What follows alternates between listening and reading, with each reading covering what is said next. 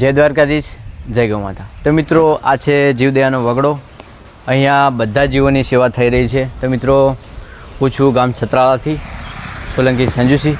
તો મિત્રો, છત્રાલા ગામમાં જીવદયાનો વગડામાં બધા જીવોની સેવા થઈ રહી છે। અને એવું નહીં કે છત્રાલા ગામમાં જ, છત્રાલા ગામના આજુબાજુમાં બધા ગામોમાંથી, એટલે કે આખા બનાસકાંઠામાંથી કંઈ પણ જગ્યાએ ગૌ માતા અથવા કોઈ પણ જીવ બીમાર હોય તો અહીંયા લાવી સેવા કરવામાં આવે છે। અને મિત્રો, આજના રોજ છત્રાલા ગામમાં, એટલે કે મારા ઘરની બાજુમાં એક પક્ષીનો કેસ આવેલ છે। તો મિત્રો, એ પક્ષીનું નામ તો નથી ખબર, પણ એ પક્ષી સુરક્ષિત જગ્યાએ મારા ઘેર રાખવામાં આવેલ છે। તો મિત્રો, તેને સુરક્ષિત જગ્યાએ મૂકવા માટે ડીસાના જૂના ડીસા પાદરા પુલમાં મૂકવા માટે અમે બે ગૌરક્ષક મિત્રો તે પક્ષીને લઈને હવે જૂના ડીસા નીકળીએ છીએ પાદરા પુલમાં સુરક્ષિત જગ્યાએ મૂકવા માટે। તો મિત્રો, પૂરો વ્લોગ નિહાળજો। જય દ્વારકાધીશ, જય ગૌ માતા।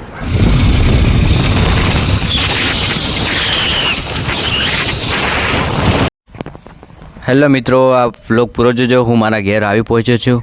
તો મિત્રો, આપણે હવે જઈએ છીએ પક્ષી જોડે। તો મિત્રો, આ છે મારું ઘર, ને મિત્રો મારા ઘરમાં રાખેલ છે આ પક્ષી।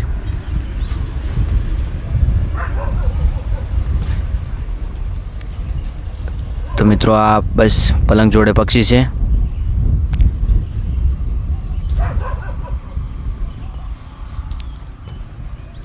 તો મિત્રો, ભાઈશ્રી બાસ્કેટમાં મૂકે છે પક્ષીને। અને મિત્રો, હવે અમે બાસ્કેટને બંધ કરીને પક્ષી બહાર ના નીકળી જાય એના માટે બંધ કરી દીધું છે અમે। તો મિત્રો, હવે બસ નીકળીએ છીએ અમે જૂના ડીસા પાદરા પુલમાં।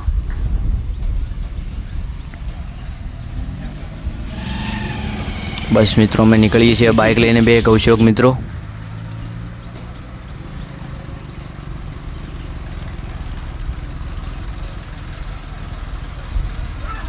તો મિત્રો, વ્લોગ પૂરો જોજો। તો મિત્રો, અમે બે ગૌરક્ષક મિત્રો અમે અમારા ઘેરથી નીકળી ગયા છીએ।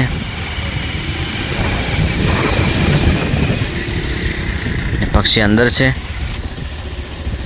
બસ મિત્રો, અમે છત્રાલા ગામમાં આનંદપુરામાંથી બહાર નીકળી ગયા છીએ।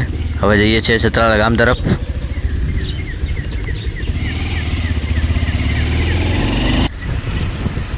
આ છે મિત્રો જીવદયાનો વગડો, છત્રાલા ગૌશાળા। તો મિત્રો, અમે ત્યાંથી નીકળી અને જૂના ડીસાના પાંજરા પુલમાં પહોંચી ગયા છીએ। બસ થોડી જ વારમાં પહોંચી જઈશું।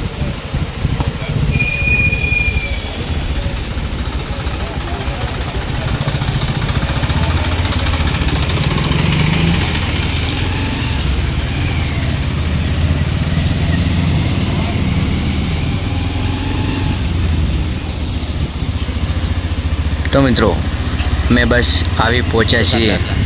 આ છે મિત્રો જૂના ડીસાનું પાંજરા પુલ। ત્યાં બધા પક્ષીઓની સેવા થઈ રહી છે, જૂના ડીસા મહાજન પાંજરા પુલ। તો મિત્રો, અમે પહોંચી ગયા છીએ ત્યાં।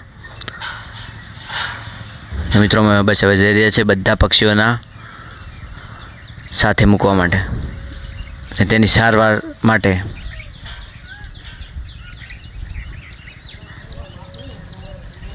તો મિત્રો, આ છે બધા પક્ષી। તમે જોઈ રહ્યા છો કે જૂના ડીસાના મોટામાં મોટું મહાજન પાંજરા પુલ।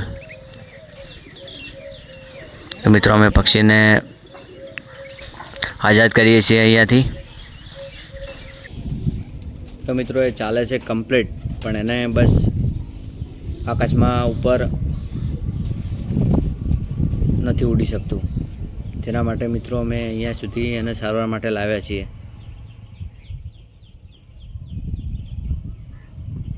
તો મિત્રો, તમે જોઈ રહ્યા છો કે બધા પક્ષીઓ સાથે અમે આઝાદ કરી દીધું છે।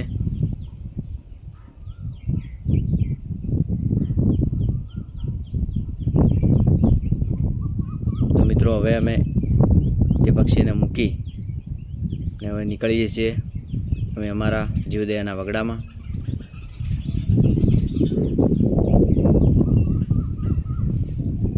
જય દ્વારકાધીશ, જય ગૌ માતા.